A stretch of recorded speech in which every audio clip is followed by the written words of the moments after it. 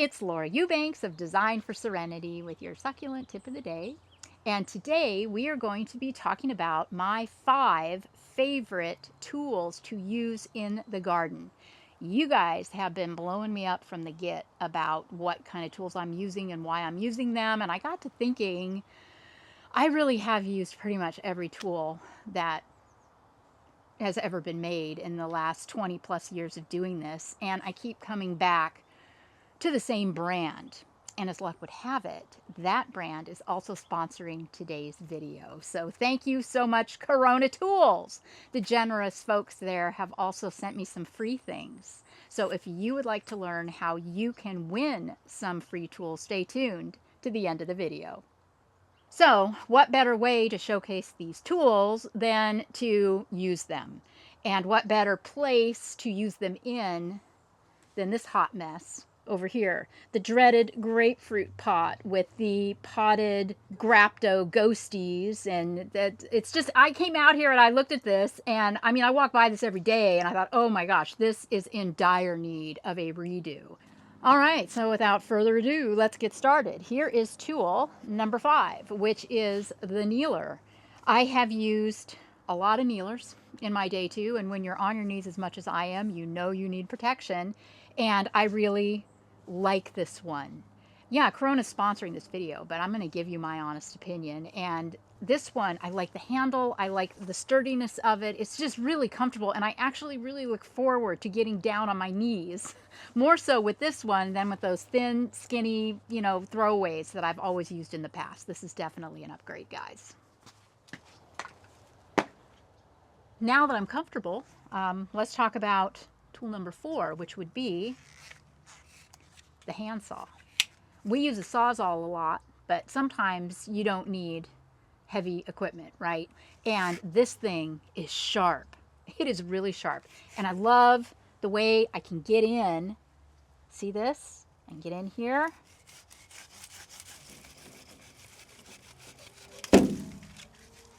No power tools required.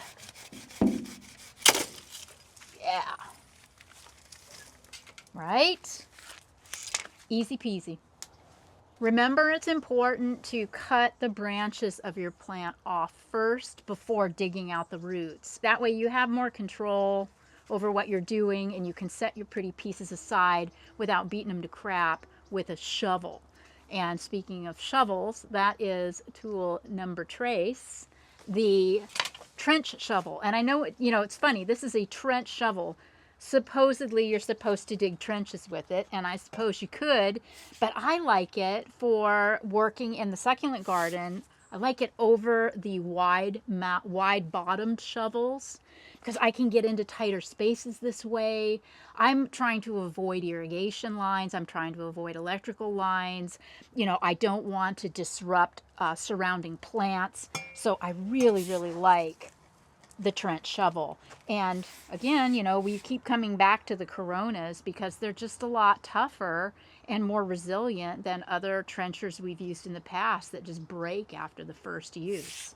So now that we have cut off our pretty branches, which I will reset, I'm going to take out the trunk. This I will pitch. Same with this one. Don't need it, don't want it.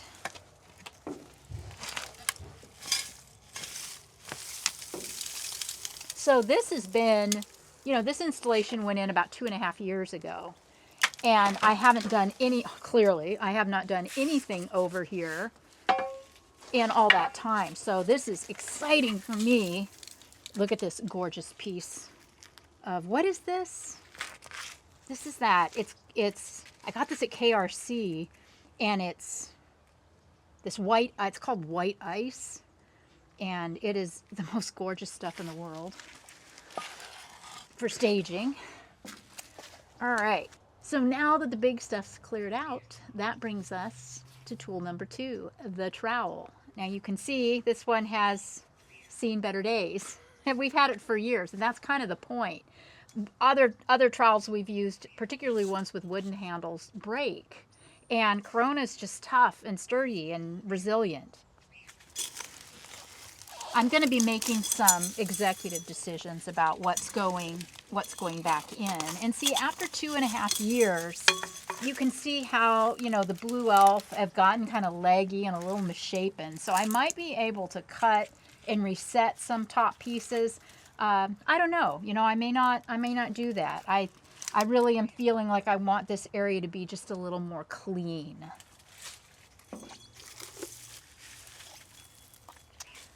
Okay. Oh, it's feeling much better already, I will tell you. And back here in the back corner, we've got, and isn't this always the way? You start going down a rabbit hole when you start clearing stuff out. But I have a little ungi that doesn't look great. Crassula undulato. Yeah, that's much better. I'm going to get rid of that too. Take that out. Wonderful, wonderful, wonderful, wonderful. All right. I think we're ready now to move on to a replant here. You know, once you get it all out, then you can see what it is that you would like to put back, how much you'd like to put back, how thick you'd like it to be. You know, you can just do you at that point. So the first thing that I'm going to do is stage this incredible piece of, well, this, I guess it's a rock. It's so pretty. I'm digging it in so it doesn't fall over. It's kind of top heavy. But what a stunner. It's hard to know which side. What do you think? I'm thinking this side is, you know, really showcases. But this almost looks like coral, doesn't it? And since this is supposed to be a garden that is more coral reef themed, I think I'll go this way. Stick that in there. Then just backfill so it stands up. And if your rock stands up, you've done your job. Right? Isn't that nice? Okay, now we can either use our trench shovel or our trowel to dig a hole. And in this case, because I don't really need to go very deep, I think I'm going to go ahead and use the trowel.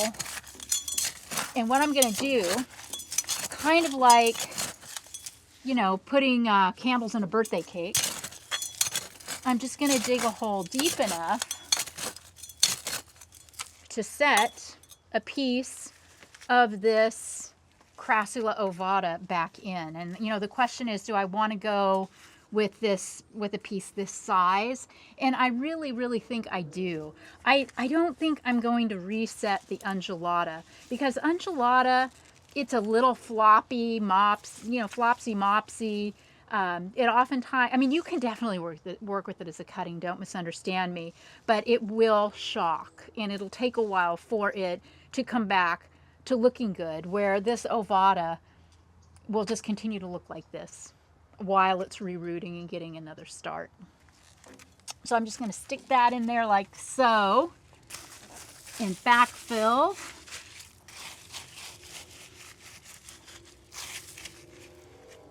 Pretty. And then, because I want to keep it simple and I want to bring in, you know, I want to bring in some variety and texture, I'm going to, I think I'm going to pull in some of the blue elf, and I'm just going to kind of cut these into a shape that I like. So that brings up tool number 1, which is my Corona clippers, or as I've always called it, my multi-tool, because, you know, I won't hesitate to use this to dig and to cut and to do my taxes or whatever else I can think of to use it for. The Corona clippers, which I've used a lot of them, clippers, and I like these because they do hold up really well. They come in a couple of different sizes. This is the smaller size. It has a smaller handle. They're a little more lightweight. This will, you know, this will cut up to, I think, a 1/2 inch versus the larger handled one, which will cut up to 3/4 inch. So use, you know, make sure that you get the one that fits your hand most comfortably. I use them both. I have, I guess, medium-sized hands. I'll sometimes use the smaller and sometimes use the bigger. Both work very, very successfully. But if you're looking to cut thicker things, you know, you might want to go with the larger clipper. But for most of the things that we use them for in the succulent world, the smaller works just fine. Where's some more? Oh, here's some more. So, I mean, don't be shy. You can cut these any length you want. You know, I'm going to go up higher with this one because this is the one that was kind of flopsy mopsy. So after I've cut, I can take off some of these lower leaves like so. See, what I'm looking to do is get to the part that's more upright and shaped more attractively. And also I want to create, you know, a nub so I have something to stick in the ground too. So you can pull back as many of these leaves as you want. You're not going to hurt the plant, I promise. And then, you know, do we leave the bloom or do we take it off? I'm going to leave it because, one, it doesn't have any aphids on it. It's healthy, and it hasn't completely finished opening yet. So I'm going to let that bloom live. All right, so I've got my 2 pieces of blue elf. Let's see how that's going to look here.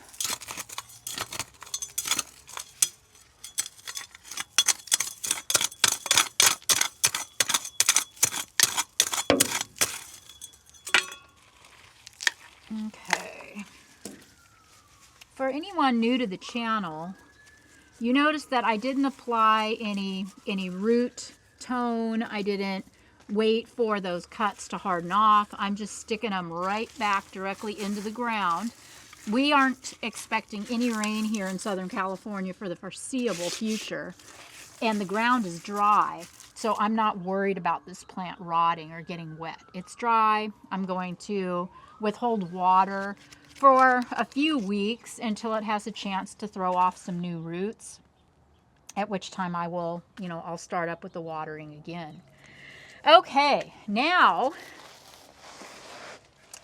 I have some decisions to make here. Let's see. I like that, but I feel like I could use something down here, something, you know, something lower. So lo and behold, looky here, I've got an entire pot of ghosties to choose from. So I'm just going to take some cuttings off of my pot-o ghosties. And again, I'm going to take off some of those leaves. So I want it to lay flat.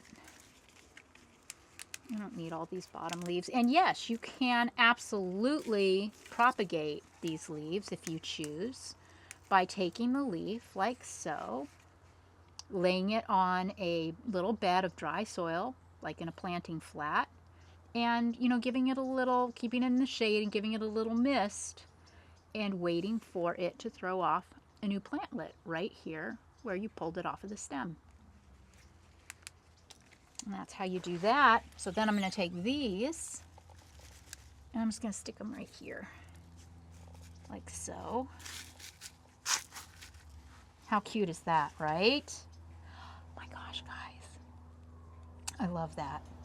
And look at all this crap I have left. What I do with all this crap, because I don't need any more of this in my garden, but when I'm working on projects, I use these plants all the time. So I'll throw these in 5-gallon cans with some soil, stick them over in the garden of death.